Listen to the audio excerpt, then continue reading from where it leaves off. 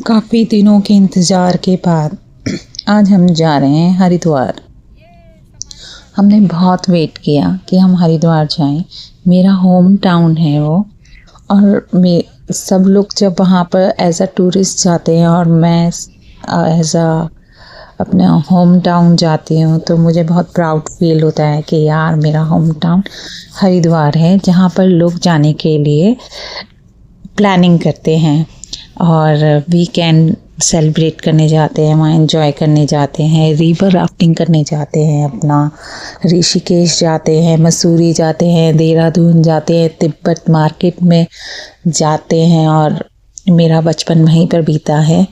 तो मैं बहुत एक्साइटेड रहती हूँ हमेशा अपने घर जाने के लिए। चाहे हम घर से बाहर ना जाएं, बट वहाँ की जो वाइब है ना, वो आपको मेरे मतलब कि घर के पास में ही आपको गंगा जी के दर्शन हो जाते हैं, आपको ज़्यादा दूर जाने की ज़रूरत नहीं पड़ती है। तो मैं हमेशा एक्साइटेड रहती हूँ, और अगर मुझे एक बार भी कोई कह देना कि नहीं अभी चलते हैं, तो मैं हमेशा तैयार हो जाती हूँ। ऐसे ही हमारी प्लानिंग बनी। हमने शाम को प्लानिंग करी 5:30 पे एकदम से कि हम चल सकते हैं। तो मैंने भी बोला हाँ हम चल सकते हैं, मैं कुछ नहीं करना। और हमने 2 आवर्स में बस बुकिंग्स वगैरह सब जगह देखा, बट हमें बस बुकिंग्स मिली नहीं क्योंकि वीकेंड था। तो हमने अपनी कार से ही ट्रैवल करना सोचा और हम फंस गए ट्रैफिक में। गुड़गांव में रहो और ट्रैफिक ना मिले, ऐसा हो नहीं सकता। इसके बिना सब सूना सूना सा लगता है। ये ट्रैफिक भी ना हमें बहुत पसंद आने लग गया है। अगर ट्रैफिक नहीं मिलता है तो काफ़ी ऐसा लगता है यार क्यों नहीं मिल रहा है, क्योंकि हरिद्वार का जो हाईवे न्यू बना है उस पर आपको कुछ नहीं मिलता है ट्रैफिक, आपको दूर दूर तक गाड़ियाँ भी नहीं दिखती हैं। तो इसलिए अब उस टाइम हमें लगता है यार हमें कुछ मिस कर रहे हैं। और वो मिस क्या कर रहे हैं, वो हम गुड़गांव से दिल्ली का ट्रैफिक मिस कर रहे हैं।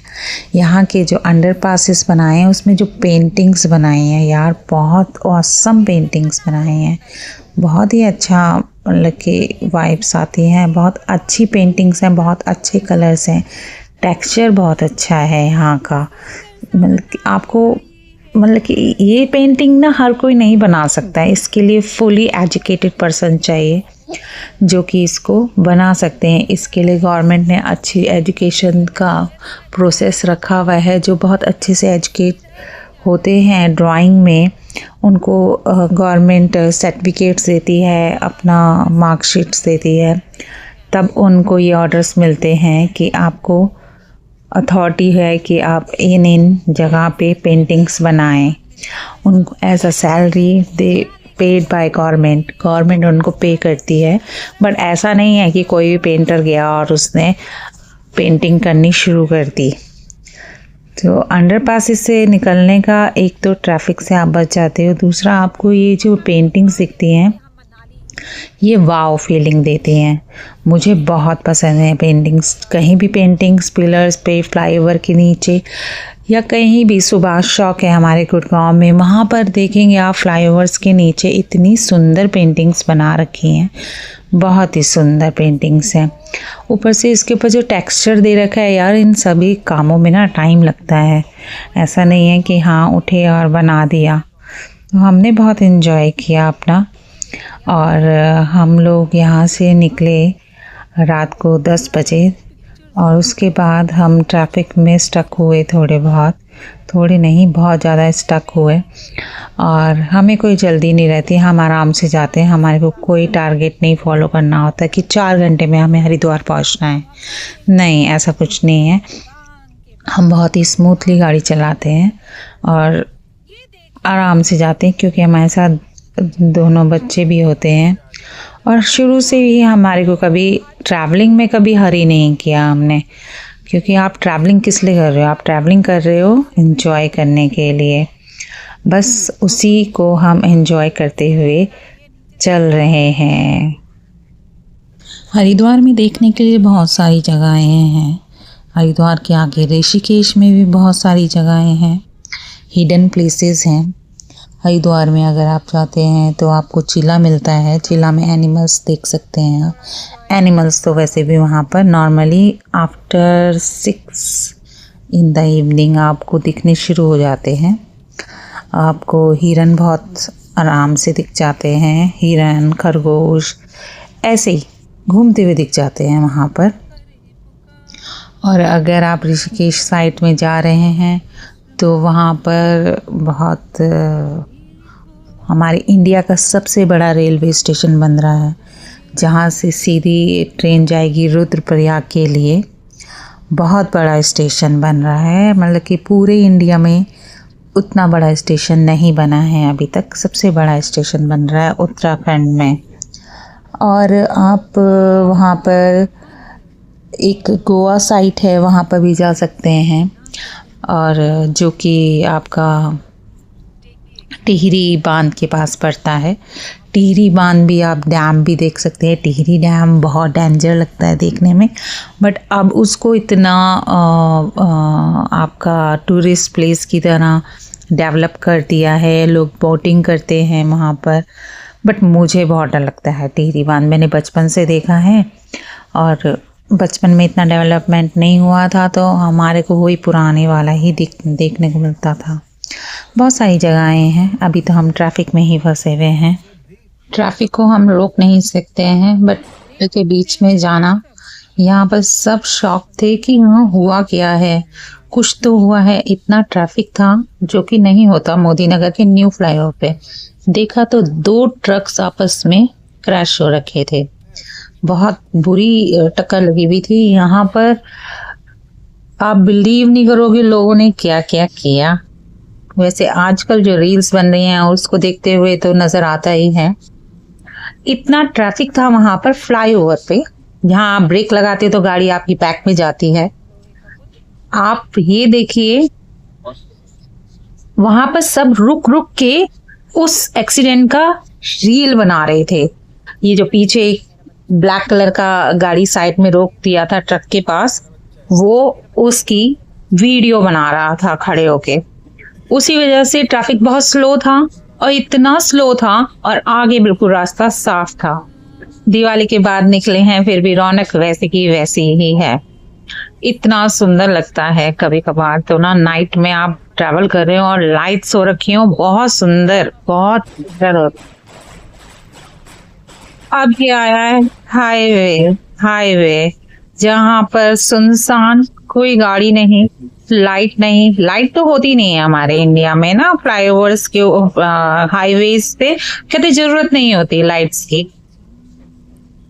क्यों नहीं जरूरत होती मुझे आज तक समझ में नहीं आया। फरीदाबाद के जितने भी फ्लाईओवर्स, जितने भी हाईवेज हैं, उसमें किसी में भी लाइट नहीं है। यहाँ पर भी लाइट नहीं थी, पर ट्रैफिक इतना था पीछे कि साफ रास्ता नजर आ रहा था। पर विंटर का टाइम है ना, तो विंटर के टाइम में फॉग शुरू हो जाती है।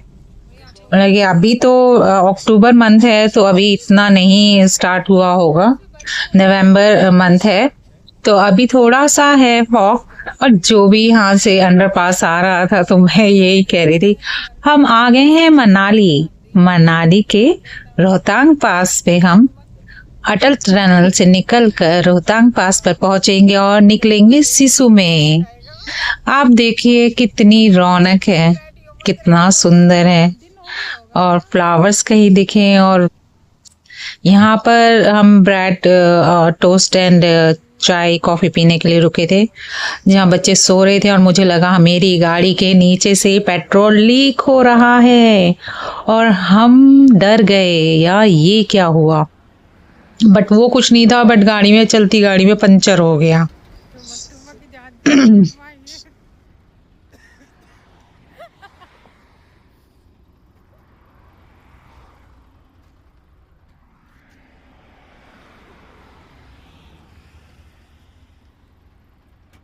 मालिक ठुमक ठुमक ਜਾਂਦੀ है माही रखे अपना बोरी बिस्तर वापस अंदर, पहले टायर रखो।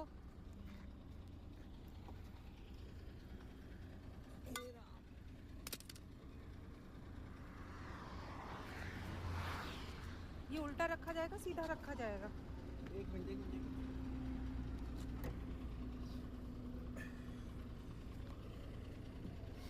तुम्हारे हाथ पे ना मार देना।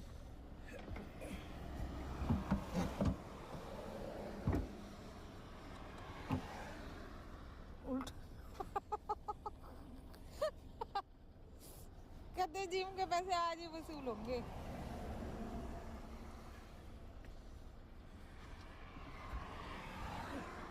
उठाओ उसको, कुत्ते को पूरे को। मालिक उठा रखा है मैंने, इससे ज्यादा उठाऊंगी तो टूट जाएगा ये। हट जाऊं?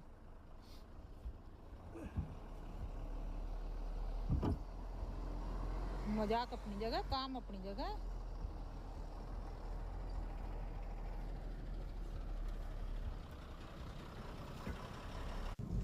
हमारे चलते चलते पंचर हो गई और हमें पता नहीं था, क्योंकि 100 की स्पीड पे थी, पता ही नहीं लगा हमारे को कि हमारी गाड़ी पंचर हो गई है। वो तो साइड में ट्रक्स पार्किंग की जगह थी, तो हमने वहीं पर रोक दिया और वहाँ पर एक पर्सन मिला जिस थोड़ी सी हमारी हेल्प करी कि गाड़ी के पीछे आगे पीछे उसे पत्थर लगा दिए ताकि बैक ना जाए गाड़ी। और हम दोनों ने मिलके, क्योंकि इन्होंने कभी चेंज नहीं किया है टायर, मैंने तो पहली बार ही किया होगा शायद, तो इन्होंने मतलब कि 4 साल से कभी नहीं किया, हमेशा लड़के करते हैं या फिर शॉप पे करवा के लेके आते हैं। उसने हेल्प किया हमारा और हमें थोड़ा टाइम लगा, 30 मिनट्स लगे वहाँ पर हमने स्पेंड किए। उसके बाद हम वहाँ पे निकल गए कंटिन्यू अपने हरिद्वार के रास्ते पर।